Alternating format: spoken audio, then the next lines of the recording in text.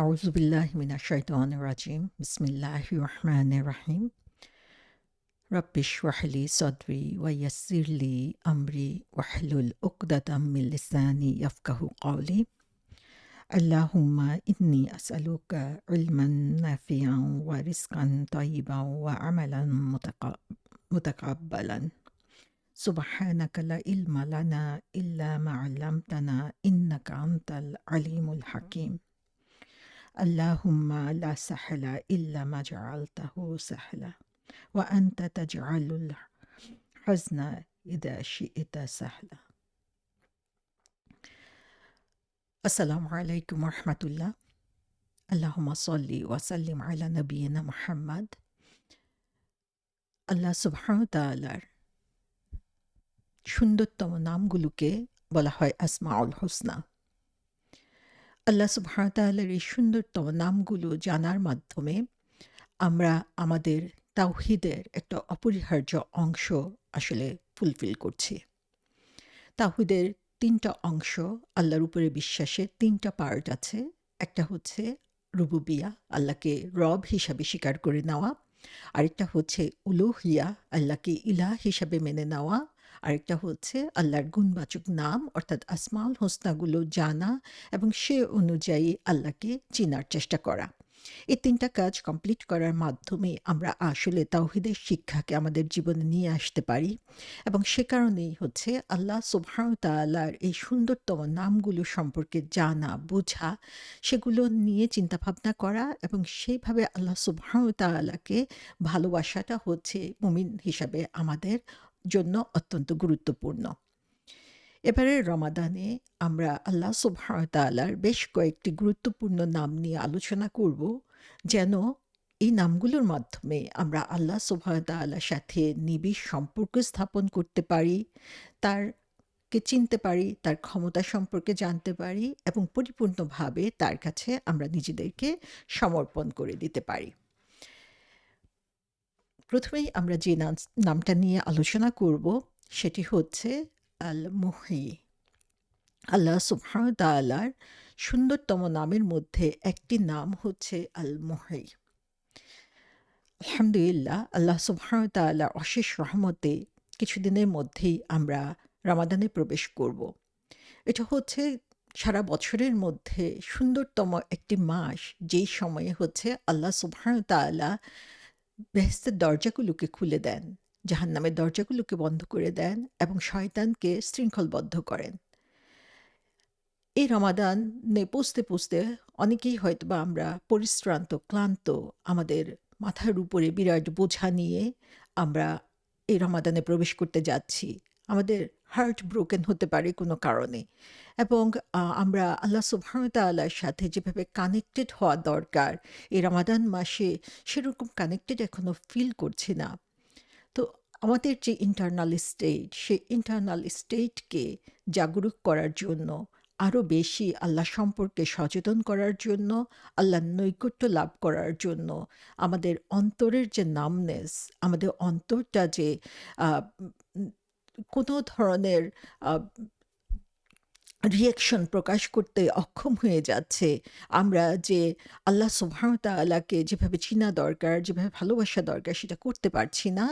এই রমাদানে ইনশাআল্লাহ আমরা নিজেদেরকে জাগিয়ে তুলব, নিজেদের অন্তরকে আবার জীবিত করব এবং আমাদের ঘুমন্ত মৃত অন্তরটাকে আমরা আবারও জীবন্ত করার জন্য চেষ্টা করব এবং সেই জীবন্ত করার প্রয়াসেই আল্লাহ সুবহানাহু ওয়া তাআলার এই নাম জানার মাধ্যমে আমাদের হার্টকে, আমাদের অন্তরকে আরও সুন্দরভাবে সাজিয়ে নিতে পারব।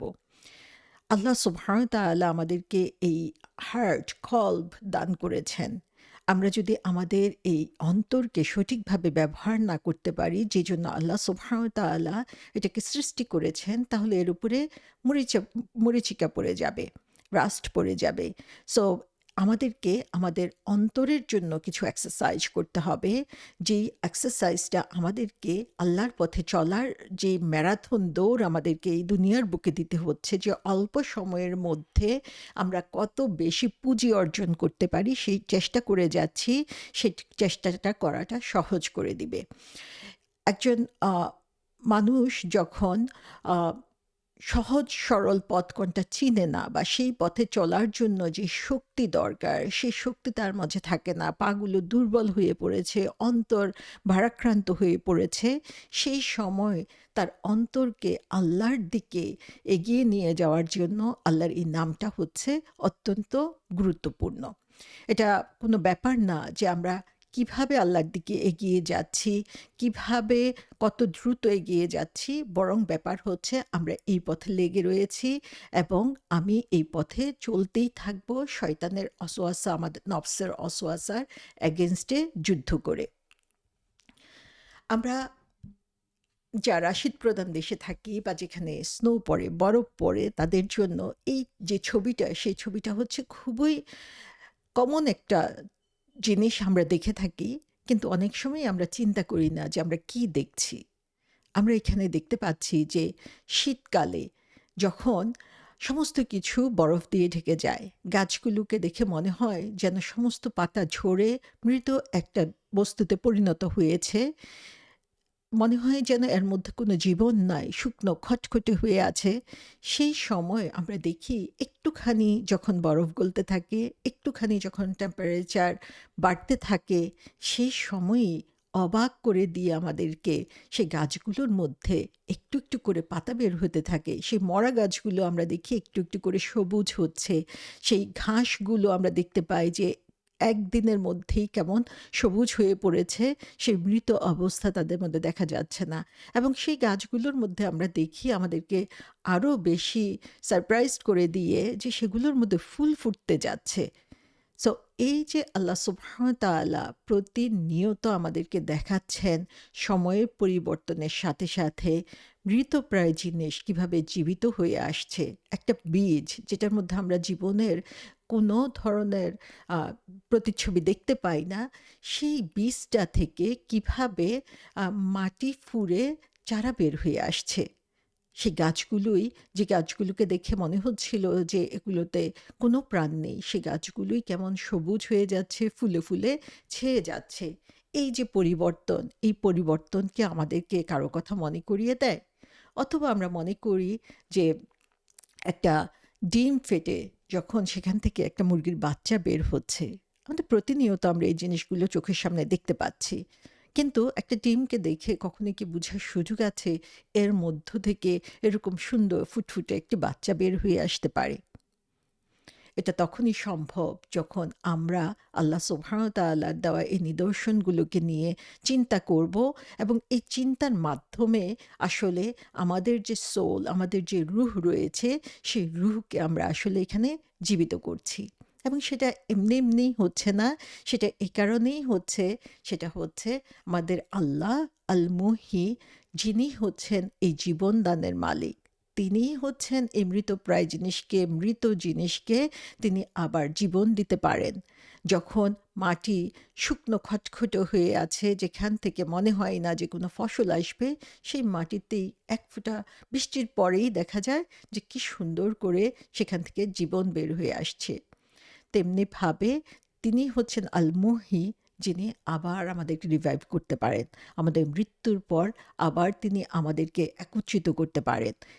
তিনি হচ্ছেন আল মুহয়ি। সো আল্লাহ সুবহানাহু ওয়া তাআলার এই আল মুহয়ি নামটা নিয়ে আমরা যত বেশি চিন্তা করব, তত বেশি আমরা আমাদের আশেপাশে তার যেই উপস্থিতি সেটা আমরা বুঝতে পারবো এবং তার মাধ্যমে আমরা আল্লাহ সুবহানাহু ওয়া তাআলাকে আরও বেশি ভালো করে চিনতে পারবো এবং সেই তার যে গুরুত্ব আমাদের জীবনে সেটা আমরা উপলব্ধি করব। সো আল গাজালি রহমতুল্লাহ আলাইহি বলেছেন যে কেউই জীবন দানের মালিক না, কেউই মৃত্যুর মালিক না, বাট আল্লাহ সুবহানাহু ওয়া তাআলা হচ্ছেন, তিনি হচ্ছেন গ্রেট অ্যান্ড গ্লোরিয়াস, তিনি হচ্ছেন আল মুহয়ি। তার কাছ থেকেই আসলে আমরা সেই জীবনের সন্ধান পাচ্ছি, জীবন ধারণের কারণ কী এবং সেখান থেকে কিভাবে আমরা উত্তম অবস্থানে পুষতে পারি, সেই সন্ধান আমাদেরকে দিয়ে দিচ্ছেন আল মুহয়ি।